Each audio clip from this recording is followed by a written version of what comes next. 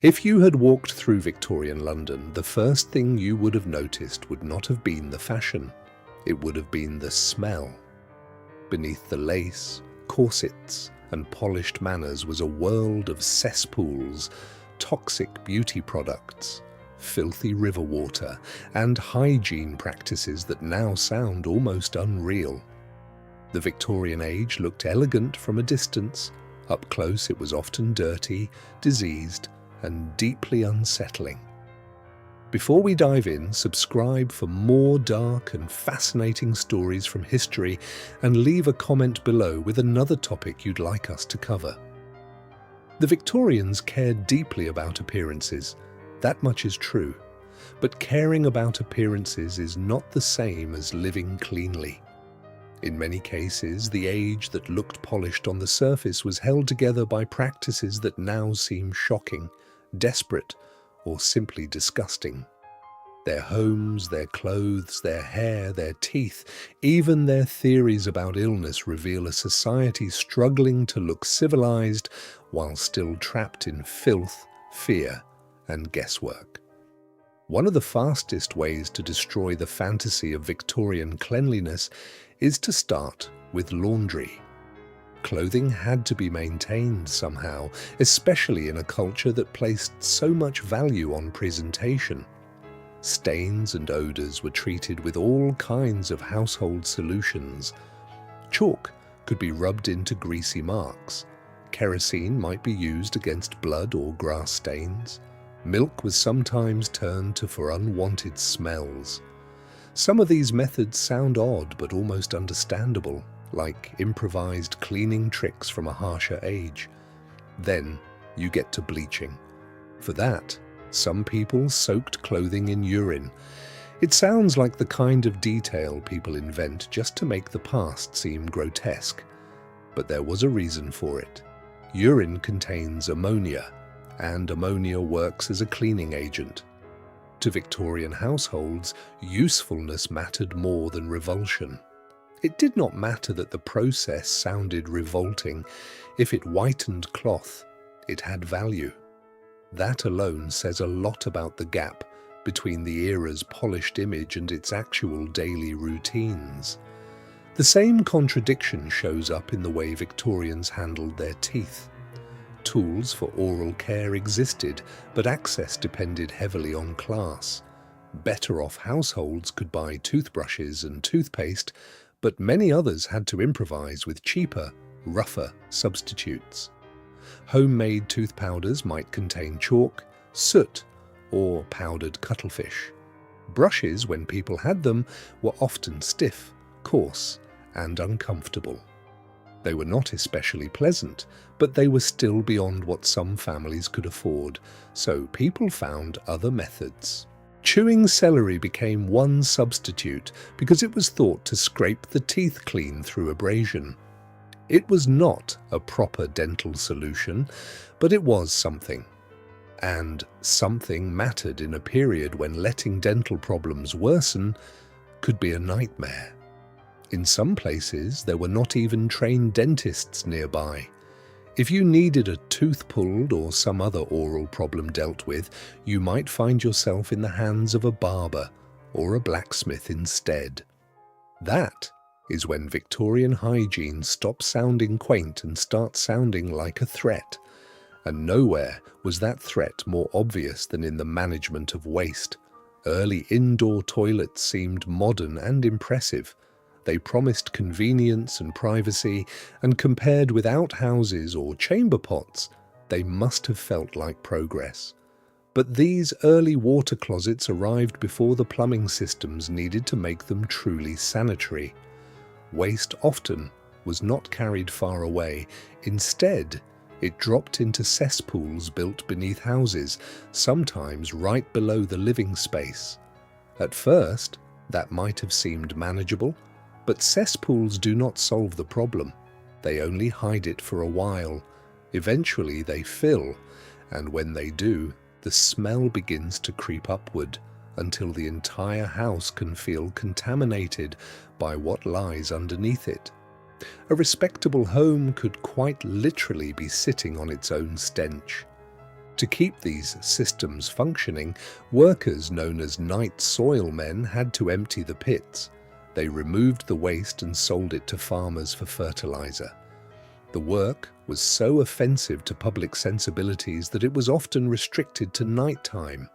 Even in an age accustomed to foul conditions, people preferred not to watch the truth of sanitation happen in daylight.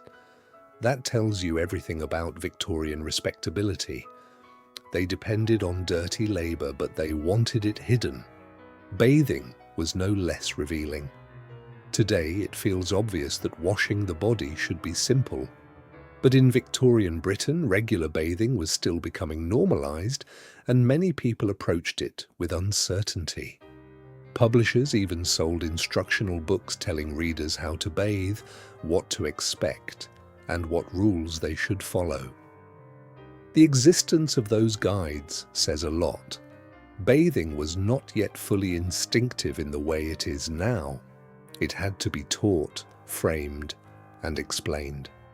The advice itself was often a strange mix of health concern and superstition.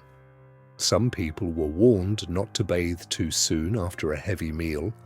Travelers were told to be cautious about washing their faces unless the water had first been treated with substances like alcohol or ammonia. Certain bathing methods were promoted for beauty rather than cleanliness, such as rapidly alternating between very hot and very cold water in hopes of preserving the skin and preventing wrinkles. In other words, the Victorians were trying to build habits of personal care, but they were doing so in a world where science, rumour, habit, and pseudoscience were still tangled together. Hygiene was becoming fashionable, but it was not yet fully understood. Hair care followed the same pattern. Victorian society valued healthy-looking hair, especially for women, but modern shampoos did not yet exist. So people turned to ingredients that belonged as much in a pantry as in a wash basin. Eggs were cracked over the head and rubbed into the hair. Vinegar diluted with water was another common treatment. Rum, black tea, and rosemary also had their place in hair washing routines. It all sounds messy, improvised, and slightly absurd. But that is what makes it interesting. These were not people who ignored grooming. They cared very much. They just lacked the reliable products and scientific understanding that later generations would take for granted. So they experimented. Sometimes that experimentation was harmless. Sometimes it was not. Consider the hair darkeners that promised to hide grey and preserve a younger appearance. One of the popular products of the age was Hall's Vegetable Sicilian Hair Renewer. It appealed to a culture that feared visible aging and valued maintained appearances. But behind the promise was a serious danger. Loud was used in the formula to help the colour bond and darken the hair. A beauty product became a poison. That may be one of the most Victorian details of all. The era was filled with products sold in the name of refinement, youth, and self-improvement. Yet some of them carried risks their users barely understood. Vanity and danger lived side by side. The same mixture of confidence and misunderstanding shaped how Victorians thought about disease itself. Bad smells were not merely offensive to them, they were feared as a source of sickness. This belief, often called miasma theory, claimed that polluted air spread disease. If an area smelled rotten, then the air itself was thought to be hazardous. It seemed logical in a world where foul odours and poor health appeared together constantly. London's dirtiest neighbourhoods smelled awful and were also filled with illness. Many people concluded that the smell was the cause. Even influential figures accepted this reasoning. Florence Nightingale, among others, believed fresh air was essential to recovery and associated foul air with disease. The Victorians were not foolish for noticing that bad-smelling environments were unhealthy. They were wrong about the mechanism. The real problem was not the odor itself. It was the filth, contamination, overcrowding, and poor sanitation producing both the smell and the disease at the same time. They saw the warning sign and mistook it for the weapon. Still, the period was not entirely stagnant. Some aspects of hygiene were beginning to move in a more modern direction, especially where women's needs were concerned. The late 19th century saw the invention of early disposable pads and early tampon designs. These products did not become instantly common, and social acceptance lagged behind invention, but their appearance marked an important shift. Feminine hygiene was slowly becoming something society was forced to acknowledge more openly. Before such products became widespread, women improvised with what was available. Materials like wood pulp, also used in bandages, found a role in menstruation care because of their absorbency. It was not elegant, but it showed that change was happening. Even in an age full of medical misconceptions, practical solutions could emerge where necessity demanded them. Yet the strongest symbol of Victorian filth was not in a private household. It was the city itself. London, the great capital of the empire, became one of the most infamous examples of what happens when urban growth outruns sanitation. In 1858, the smell from the River Thames became unbearable. Waste had been poured into the river on a massive scale for years. Human sewage, refuse, and runoff all helped turn the waterway into a flowing channel of contamination. Then the summer heat intensified everything. The result was catastrophic. The smell became so overpowering that it disrupted life across the city. It was not just unpleasant, it was suffocating, humiliating, and impossible to ignore. That summer would be remembered as the Great Stink, and the name was well earned. For many Victorians, this seemed like confirmation of miasma theory. Surely air this foul had to be spreading disease. In reality, the Great Stink exposed something even more troubling. One of the world's most powerful cities had allowed its own waste problem to become a crisis on a scale too large to conceal. Respectability had limits, and the Thames made that impossible to forget. Victorian medical thinking could become stranger still when it turned toward clothing. Tuberculosis terrified the population, and some doctors began blaming women's fashion for helping spread it. Long skirts dragging through dirty streets were suspected of collecting disease and carrying it back indoors. Corsets were also criticized. Because they compressed the torso and restricted breathing, some believed they made women more vulnerable to illness by weakening. So fashion became a medical suspect. Doctors, hoping to combat disease, sometimes recommended shorter skirts and looser corsets. Not because they were trying to overturn Victorian beauty standards in any radical sense, but because they believed certain styles of dress were helping sickness travel and take hold.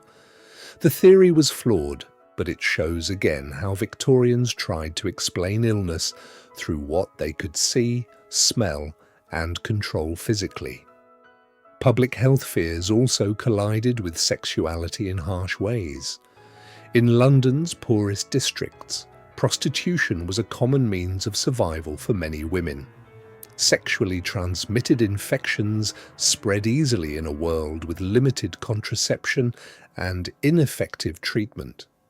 These diseases moved through entire social systems, from sex workers to clients, from clients to wives, and from there into households that liked to imagine themselves far removed from the underclass. When the problem became impossible to dismiss, authorities responded. But they did not respond equally. Instead, laws were introduced that allowed women involved in prostitution to be detained and forcibly treated for sexually transmitted diseases. The burden of control fell heavily on women, especially poor women, while the broader system that allowed infection to circulate was treated far more selectively. It was a public health response shaped as much by morality and class judgment as by medicine. Even products that later became household staples began in strange and uncertain ways during this era. Listerine, for example, was invented in the 19th century, but it was not immediately successful as the mouthwash people know today. At first, it was offered as an antiseptic. When that failed to make it profitable, it was promoted for a range of other uses, some far removed from oral hygiene. Before it finally settled into its familiar role, it had been pitched for everything from household cleaning to treatments for conditions like dandruff and gonorrhea. That strange marketing history captures the spirit of Victorian hygiene perfectly. The era was moving toward modern ideas of cleanliness and germ control, but it had not arrived there yet. Products were invented before their proper place was fully understood. Treatments were sold before their risks were properly measured. Beliefs about health were changing, but older assumptions still had enormous power. That is why Victorian hygiene is so revealing. It is not simply a story about dirty people living in a dirty time. It is the story of a society in transition, a society obsessed with respectability, appearance, and self-discipline, yet still surrounded by waste, misinformation, and bodily realities it could not fully master. The Victorians wanted order. They wanted freshness. They wanted illness explained and controlled. They wanted homes that felt proper and bodies that looked respectable. But want is not the same as understanding. And so, the age produced one contradiction after another. Elegant clothing cleaned with revolting substances, refined homes built over cesspools, beauty products laced with toxins, disease blamed on smell, and public health policies shaped by fear as much as by fact. The Victorian era loved the performance of cleanliness. The reality was much harder to perfume.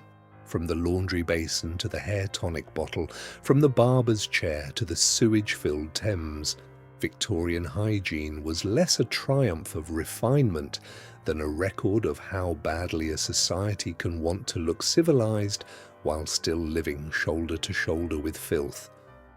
The polished fantasy survives because it is pretty. The truth survives because it is unforgettable. And the truth is this: for all its elegance, Victorian England often smelled, washed, healed, and lived in ways that were far uglier than the image it left behind.